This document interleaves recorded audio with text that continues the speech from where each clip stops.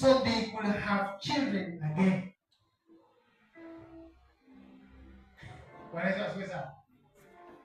Let me ask you a question. I'm speaking about the prayer of intercession. The prayer of, ni mara ngapi mtu amekufanyia kitu mbaya na bado unamwombea? Because of this, Abimelech the king took Abraham's wife. But as we move, we see Abraham interceding because of this king. Angalia alimfanyia nini? And because he took Abraham's wife, the Bible says, and God closed the womb of his wife, the king's wife, and the slaves who are working for him. Lakini wakati Abraham aliomba kwa ajili ya mfalme, Mungu alifungua. Can you learn to pray for your enemies? Intercession. You stand in the gap on behalf of others. Usiseme huyu ana watoto, alikuwa anajifanya anafanya harusi lakini hana. You stand in the gap and intercede. Mwambie Mungu, fungua milango. And what happened there? The moment Abraham prayed for the king, Sarah also was loosened from paralysis. Watu wa Mungu wamtapata hivi. Amen. Wakati Abrahamu hakuona uchungu kwa ajili ya mfalme, mambo ambayo alimfanyia, wakati alimuombea, pia mke wa Abrahamu alipata mtoto. Amen. Because he interceded for the king. Yes. Praise God. Amen. So when you intercede on behalf of others, God opens your doors. So if you want God to open your doors, become one of the intercessors in this church. Yeah. And wewe milango ikafunguka tu, watu wanashangaa. Because you are interceding on behalf of others. Na haswa wale wamekufanyia mabaya, naambia Mungu bariki Mungu. Ambaye ni uchungu. I love how Abraham did, Pastor Kevin. Somebody who took your wife, you cannot pray for uchungu. But this man stands because the Bible says, mtu ambaye anaombea wengine ni mtu ambaye anapenda Mungu na anapenda watu wa Mungu. Even if Abimelech the king wronged Abraham, but still this man belongs to God. Amen. And that's why I always say pastors wanapikia machungu. Because the same washirika wanaongea mbaya. It's the same people when we call altar call, wow, your pastor, we lay hands on them. But we don't complain. We know. Praise God. That is the heart of an intercessor. That's why I realize that an intercessor is not a prayer warrior. An intercessor is someone who speaks to God. Life. Namwambia Mungu tafadhali usipanish Mungu. Nimekuja kwa ajili ya maisha yake tafadhali. Then Mungu anasema nimesikia. Sitapanish Isaac. Sababu Praise God. Hallelujah. Because of prayer. Of somebody's prayer. And these people don't brag themselves. Wananyamaza. Wachache hata mara nyingine hawaongeani. They just keep quiet. They maintain low profile. Wanaombanga. But they are praying on behalf of the church. When was the last time you guys prayed for your pastor? Nani aliweza kusimama kusema we are interceding because of Pastor Simon? Who? I'm teaching you, if you want your doors to open, chukua siku moja nasema I'm standing in the gap because of Pastor Kevin and Pastor Simon. You will receive that week. Hapa mimi natanganya. Simama siku moja. Nawaambia Mungu, today I'm praying and I'm fasting because of the life of this man of God has blessed us a lot. Na utaona hiyo wiki. Utaona. Utakuja hapa kushuhudia. God will open your doors. Yeah. And if you are interceding, number one, you cannot just pray. You pray the word of God. Sasa, ambia Mungu ulisema, tukikuita unaitika. Mungu tunakuita kwa ajili ya dada fulani, fulani na fulani. Mungu wabariki, warejeshe katika njia zako. You pray by the word. Praise the Lord. Then, intercession always accompanied by fasting. When you read the book of Daniel, when Daniel was praying, he used to pray. So if you want to know you are an intercessor, fasting kwako sio shida. Are you marking yourself from the beginning? I want to become one of the teachers of the word. I'm praying that Mungu anipe ile neema ya kufunza tu neno. Kufunza watu waelewe vizuri. Ukitaka kujua wewe unaweza kuwa muombezi, number one, tushasoma vipengele kadhaa. Ni mtu ambaye ameitwa na Mungu hajajiita. Number two here, you must be able to pray and fast. Na kama unashindwa kufast, basi jitoe uwe prayer wako. Intercessors wako na kifua ambayo ni pana. Wanaweza kaa njaa na wanakula tu maombi. And they don't complain. They don't complain. Nasema ya kwamba we are meeting today, lunch our service. Sasa unajua mimi nakula lunch mbali, so I will not be able to be with you in the meeting. Babu nakula wapi? Nakula mbali. But that one is not in the process. Huyo weka kwa grupu ingine. Are we getting it? I want us to learn. I'm saying like this. We are not here to condemn. Sawa. But you can pray where you are. It is also prayer. You can intercede where you are. But you cannot just leave prayer. Sababu unaenda kukula mbali. It is very wrong. Prayer or interceding is not a punishment. It's a burden in your heart. Sometimes when we call meetings for prayer, and prayer inaonekana kama ni punishment ama kitu ni kama ni punishment. Ama mimi naelewa aje? Praise God. Is prayer punishment? What is prayer? Having a communion with your Father. Kuongea na Mungu yako, sio? Lakini watu wameichukulia kama ni mzigo ambayo wanatunaenda basi chini ya ndani kwa mimi sijapanga. What is that?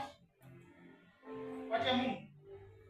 Prayer is having a chat na Mungu. Unamwambia Mungu, I've been away but I've come to speak to you.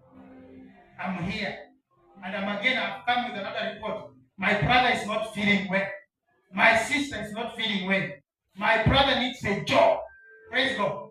Na unakuwa Jesus Christ humbled himself and anasema ya kwamba, though I'm a king, but I'm your brother. So you speak to him as if you're speaking to your brother. Because wewe umekaa katika maombi. Sometimes we feel weak in the spirit, right? And you are not even able to pray. Ama ni mimi peke yangu. Sometimes, because we are human beings, even Jesus said, if God is your will, let this cup do what? Because he was in human form. Emmanuel, God with us. So, sometimes we as human beings, we might feel weak. But if you feel weak, there is a brother who is praying for you. Ni uzuri ulio namna gani? Praise God. We tell our Father today, usiombe. Me and so we are standing in the gap. Papa enda ulale. Pastor Simon enda ulale na usijaribu. Leo sisi tunaomba. Praise God. So can you become one of them? Become one of intercessors. The other day when we are speaking about the prayer, we saw in the book of Acts of Apostles, chapter 12, verse 5, that the church prayed on behalf of Peter. When Peter was arrested, the church prayed. So the church stood in the car na wakamwambia Mungu, mtume wako ameshikwa, lakini tuka hapa tunainua mikono. The Bible says he sent an angel. He sent an angel. So when the whole nation gathered to pray, when the holy people gathered to pray, when the intercessors gathered to pray, God must send an angel. Mungu anatuma malaika. Mungu anatuma malaika kwa ajili ya maisha yako, ya watoto wako, ya wazazi wako, ya jamii yako, ya biashara ambayo unafanya. Unaona mtu mmoja anakuja na kununua vitu za 5,000. That is an angel right there. Amen. Bwana Yesu asifiwe sana. There is somebody who connects you na unapata kazi. Mungu jua ya kwamba kuna watu wamesimama katika nafasi. Wanaomba ya kwamba Mungu, sister so and so mpe kazi huko. Brother so and so amalize shule. And you see, let's finish school, graduate, get a job, because kuna maombi ambayo yalifanya. So friends, let's learn to pray for others. Let's learn to stand in the gap. Wakati unaona ya kwamba wakati huu hakuna mtu kwenye kanisa ambaye maybe anasimama kwa peke, can you run here and pray? Your prayers will never be in vain. Mungu wetu usikia maombi na Mungu wetu huyajibu maombi. You see, there is this thing that Christians, I'm looking for it. Wanasema ya kwamba Mungu huwa anajibu maombi namna gani? Ati anafanya nini? Ati anasema yes, sijui ngoja, sijui nini. God answers prayer. I'm saying God answers prayer. Hii sio lingine ni ya watu. God, when you pray right, when you have a contrite heart, when you pray, God will answer. I saw when Elijah prayed, sema Mungu, answer by fire. God, Mungu akamwambia ngoja, alisema najibu hivi. So God cannot wait to answer you. You are too small. Hiyo unajidanganya wewe mwenyewe. When you pray right, God will answer. Na kama hajajibu, hiyo maombi sio yake. Hata hiyo amejibu, lakini he will answer you. Sasa unangoja 5 years, unangoja. Hii ni Mungu gani wewe? Because Paul said, your Jesus might not be my Jesus. Right? Paul alijua kwamba tunaomba Mungu lakini hatuombi Mungu mmoja. Najua pastor, I like how pastor operates. Anasema mimi sitaki wa. Toka. Praise God. Sababu Mungu hata hamwezi mruhusu hiyo. Lakini pastor mwingine maybe Mungu yake anaruhusu hiyo. That's why I like to say, can you call your God as I call my God? So we have God, different gods, though we are under one roof. But Mungu wako anaweza kuwa sio Mungu wangu. So that when I pray, my God will answer instantly. Even the level of salvation is different. Umeokoka kidogo na mwingine ameokoka. Right? So an intercessor should be a person who is called by God. Na Mungu anazungumza ndani yake. Yesu asifiwe sana. Apate hii kitu vizuri. Are we getting it? Amen. You see, mtu ambaye anafuta sigara, ukitoa hapa upeleke Novista hapa Mombasa, akishuka tu bagari, naona mwenzake atampea. Shika. Wanajuana. Hapa mimi natanganya. Mbona mtu ya Mungu asijue mtu ya Mungu namna hii? Amkujie. Sema man of God, how are you? Now I kutana. Which means we are serving two different gods, but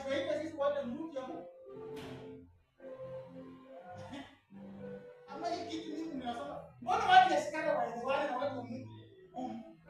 Ujue kwamba Mungu ya huyu si ya huyu, lakini Mungu mmoja wanaingiana vizuri sana. Aweke eti mbali. Mara kingine ninasema na wewe bwana Mungu yako huyu. Me I always come to the level of everybody. Even Sunday school, pata nakuwa naongea level ya Mungu yao. Because when we took a Sunday school kid, Pastor Simon, mtoto wa Sunday school tumeweka hapa atahubiri. Does that mean that that child is born again?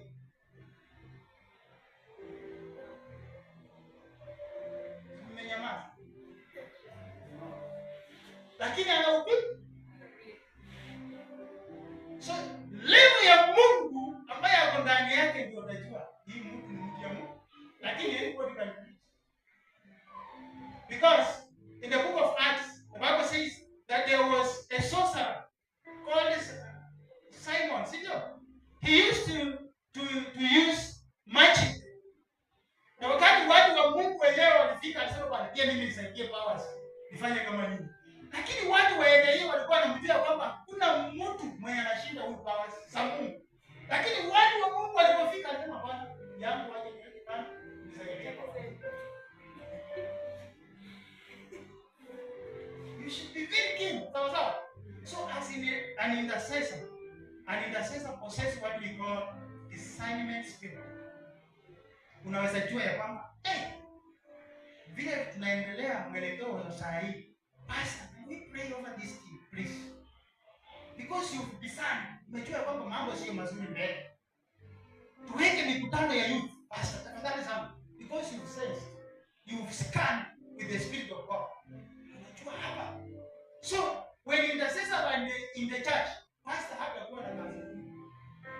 Kila mara unaona kuna masemo na mwambia kazi zenu. Relax. Nataka tufanye. Pastor hiyo kazi yake ni kuweka mikono na kuomba. Pastor hiyo anasema wacha na dai wacha niweke mikono chini. Because you are alert in the spirit. And we all arise. We want to pray. Not more than a minute. But I want you to